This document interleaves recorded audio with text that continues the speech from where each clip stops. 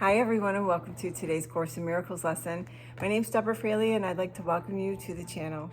We are on lesson 186, Salvation of the World Depends on Me. Here is the statement that will one day take all arrogance away from every mind. Here is the thought of true humility, which holds no function as your own, but that which has been given you. It offers your acceptance of a part assignment assigned to you without insisting on another role. It does not judge your proper role, but acknowledges the will of God is done on earth as well as heaven. It unites all wills on earth in heaven's place to save the world, restoring it to heaven's peace. Let us not fight our function. We did not establish it. It is not our idea. The means are given us by which it will be perfectly accomplished. All that we are asking to do is to accept our part in genuine humility and not deny with self-deceiving arrogance that we are worthy. What is given us do, we have the strength to do. Our minds are suited perfectly to take the part assigned to us by one who knows us well. Today's idea may seem quite sobering until you see its meaning. All it says is that your Father still remembers you and offers you the perfect trust he holds in you who are his son. It does not ask that you be different in any way from what you are. What could humility request but this? And what could arrogance deny but this? Today we will not shrink from our assignment on the spacious grounds that modesty is outraged. It is pride that would deny the call for God himself. All false humility we lay aside today, that we may listen to God's voice reveal to us what he would have us do.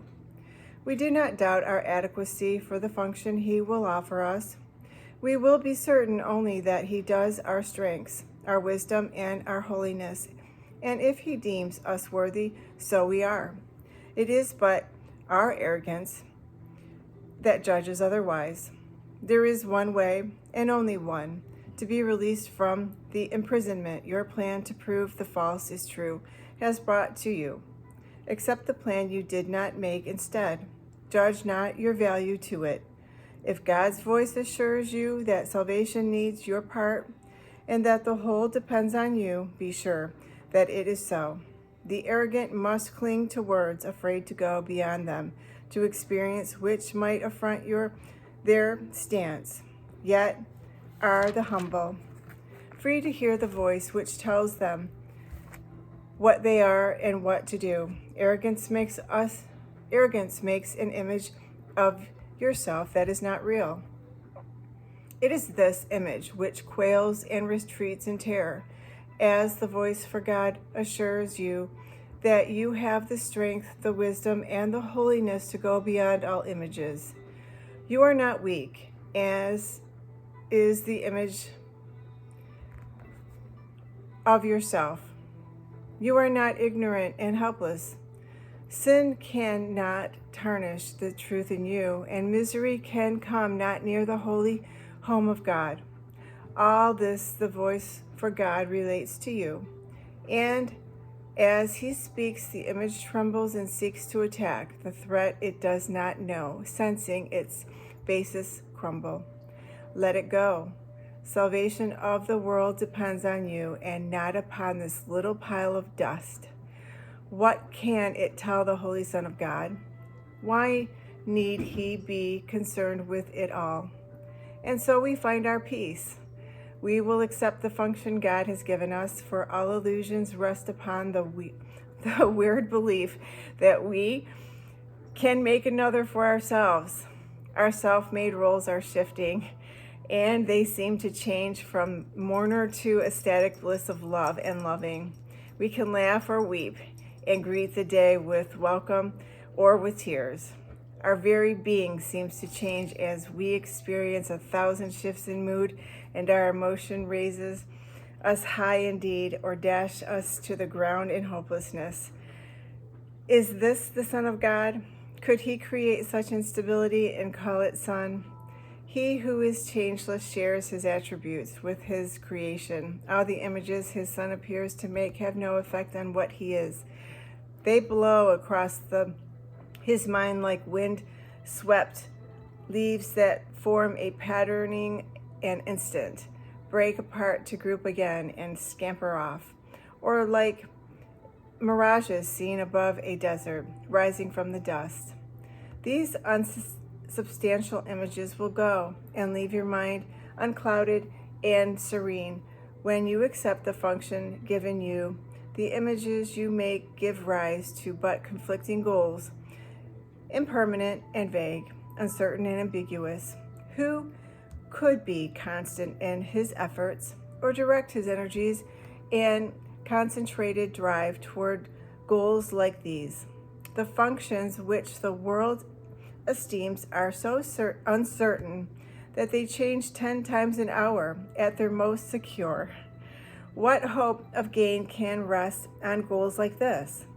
In lovely contrast, certain as the sun's return each morning to dispel the night, your truly given function stands out clear and wholly unambiguous.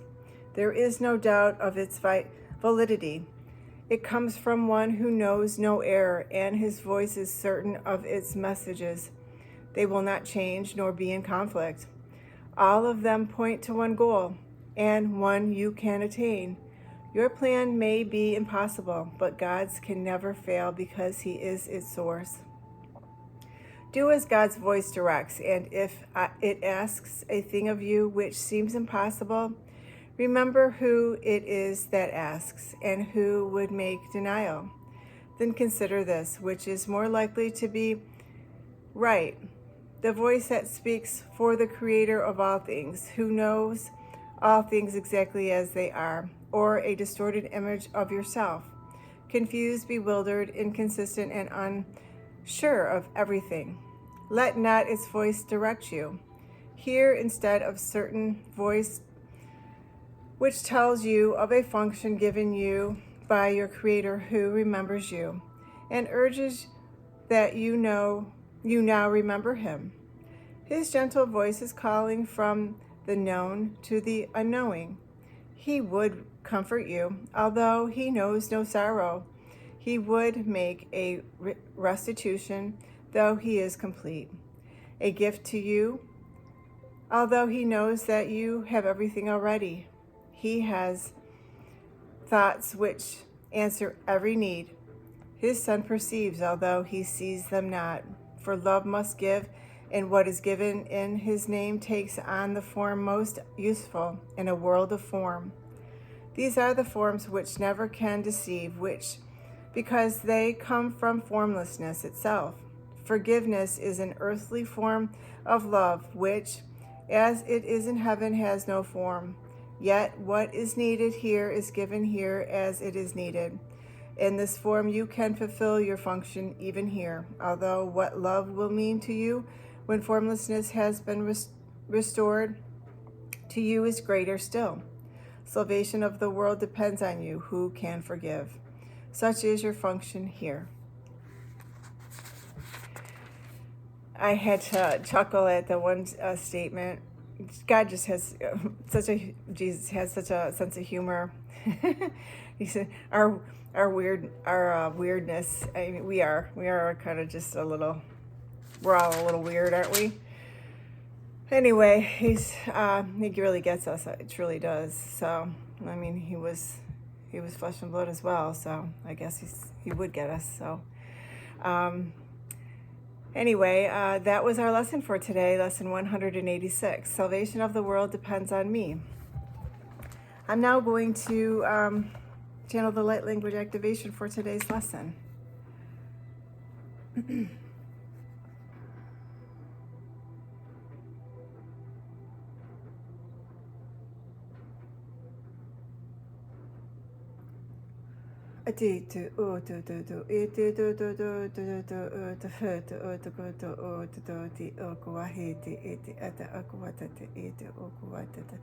He's saying, yes, dear one, I do understand you.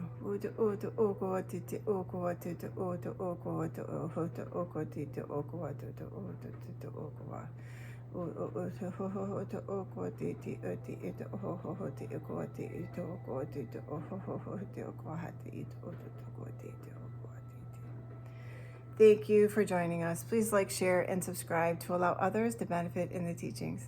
Namaste.